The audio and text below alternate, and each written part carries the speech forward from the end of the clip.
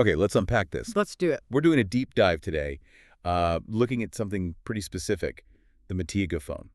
Right, I saw that review from Mateo Guide you mentioned. Interesting stuff. Exactly. And our mission, really, is to figure out, is this phone a genuine, niche innovation? Or is it just nostalgia? Pure hype. Yeah, focusing on maybe some telltale signs of, well, questionable tech products. And the hook is strong, you can't deny it. The video really nails this. That Y2K look. Oh, yeah. Super focused on that early 2000s clamshell phone vibe.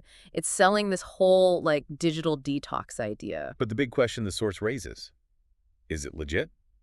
Or is it just marketing? Scam or legit? That's basically the headline here. I mean, I get the appeal, that physical feel, right? The little screen. It's a satisfying snapshot. People miss that tactile thing. Definitely. But what Mateo Guide points out, and what makes this interesting, is how it tries to blend old and new. Exactly. It's a bit of a hybrid. So you got the T9 number pad. Feels totally retro. Proper old school texting. But then, wait for it. It also has a touchscreen. A basic one, apparently. Okay, interesting mix. And modern connectivity. Yep. Supports Wi-Fi, Bluetooth, the essentials. Comes with a few preloaded apps, too. Like what?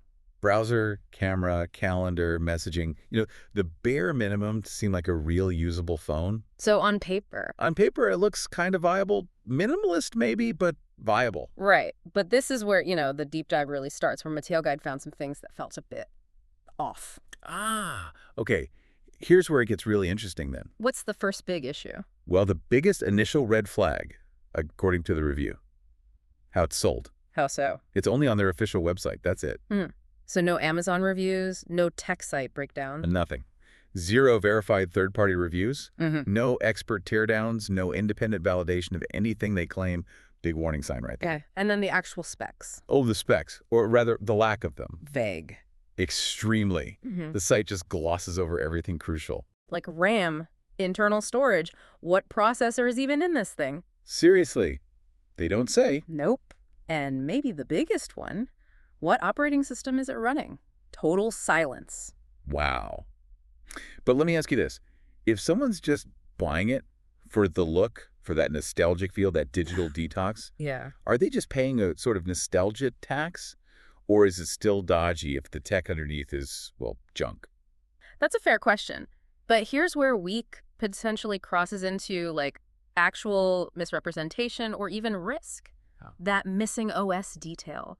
That's huge. As the video suggests, it usually means one of two things. Okay. Either it's running some ancient, totally unsupported version of Android. Which means no security update. Exactly. Or it's some weird, custom, proprietary thing they cobbled together. Which also probably means no updates, potential bugs. Right. Known vulnerabilities could be sitting there wide open. Performance could tank. The phone might be useless or worse, unsafe in 6 months. So it's not just about specs for speed, it's potentially a security issue you're buying into. Precisely. This isn't just missing info. It could be an active vulnerability. Okay, so the product itself is a big question mark. What about how they sell it? Yes, the marketing tactics. Mateo Guide highlighted those too. Classic pressure stuff. Like huge discount. Massive discounts, yeah. But always temporary. Limited time offer. And the limited stock warnings. Oh, yeah.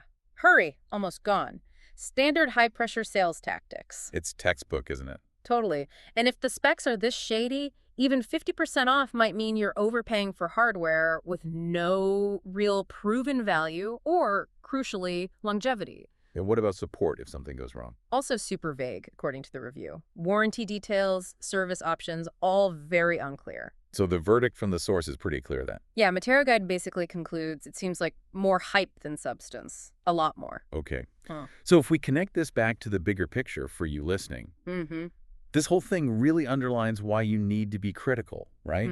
Especially with tech that's not transparent. Absolutely. Critical thinking is key. And if you do want that modern flip phone, that nostalgia hit, but reliably, what does the source suggest? Stick with trusted brands. The review specifically mentions Samsung or Nokia. They have modern foldables, proper specs. And actual customer support you can contact. You know what you're getting. Right.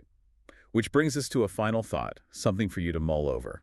The real cost here isn't just maybe getting a slow phone. It's about transparency, safety, and what you can do if things go wrong. So think about this.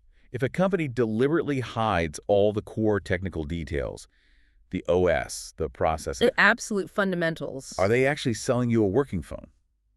Or are they just selling you the idea of a phone, wrapped up in nostalgia? What's that really worth?